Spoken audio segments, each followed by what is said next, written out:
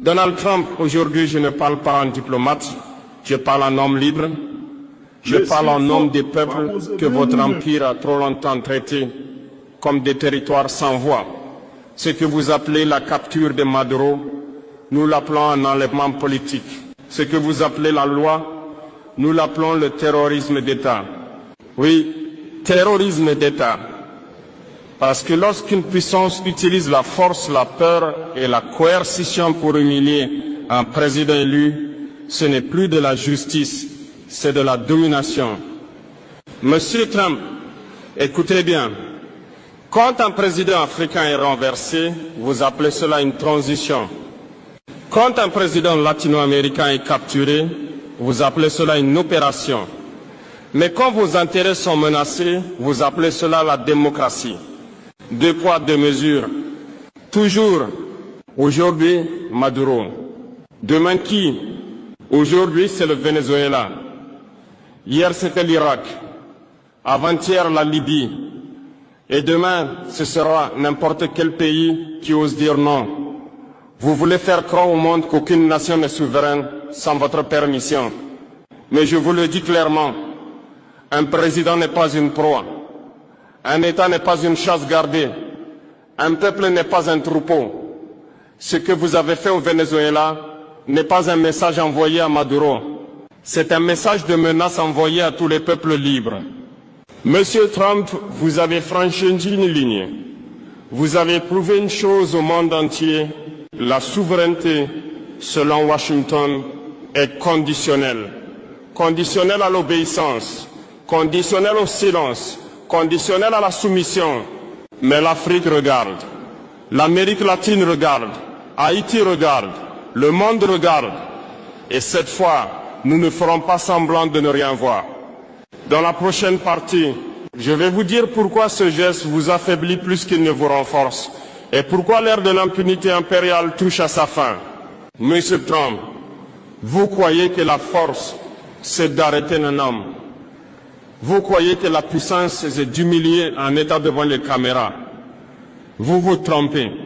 La vraie force, c'est d'être respecté sans menace. Et aujourd'hui, les États-Unis ne font plus peur, ils inspirent la méfiance. Vous avez confondu autorité et intimidation. Arrêter un président étranger, ce n'est pas gouverner le monde, c'est lui dire « nous n'avons plus d'arguments, alors nous utilisons la force ». C'est l'aveu d'un empire qui n'arrive plus à convaincre. Regardez bien ce que vous avez déclenché. En capturant Maduro, vous n'avez pas isolé le Venezuela. Vous avez réveillé la mémoire collective, la mémoire de l'Amérique latine, la mémoire de l'Afrique, la mémoire d'Haïti, la mémoire de tous les peuples qui savent ce que signifie l'ingérence, le chantage, la punition. Monsieur Trump, l'histoire ne vous obéit pas. Vous pensez écrire l'histoire avec des sanctions, des drones et des menaces. Mais l'histoire, elle ne se soumet jamais longtemps. Chaque empire a cru être éternel. Chaque empire a cru être intouchable. Aucun ne l'a été. Votre message est clair et il est dangereux. Votre message dit ceci: si vous ne coopérez pas, vous serez punis. Mais ce message produit l'effet inverse. Il pousse le peuple à chercher des alternatives, à se détacher de vos systèmes, à construire sans vous. Vous avez perdu l'arme la plus puissante, la légitimité. Sans légitimité, la force devient brutalité. Sans respect, la puissance devient peur. Et la peur, Monsieur Trump, ne dure jamais.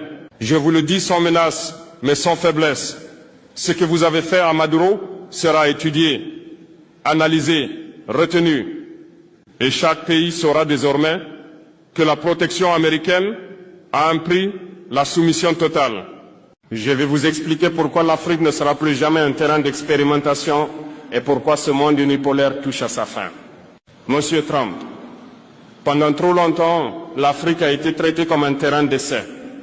Un endroit où l'on teste des coups d'État, des sanctions, des dirigeants dociles et des peuples qu'on croit sans mémoire. Cette époque est terminée. Ce que vous avez fait au Venezuela, nous le reconnaissons parce que nous l'avons vécu. Sous d'autres noms, avec d'autres prétextes, mais toujours avec la même logique. En Afrique, on a capturé des présidents autrement, par la dette, par la corruption imposée, par la peur fabriquée. Vous appelez cela coopération. Nous appelons cela domination. Vous avez pris nos matières premières et laissé nos peuples pauvres. Vous avez soutenu des régimes faibles pour mieux contrôler des nations riches. Et maintenant, vous vous étonnez que l'Afrique parle d'une seule voix. Monsieur Trump, écoutez ceci attentivement.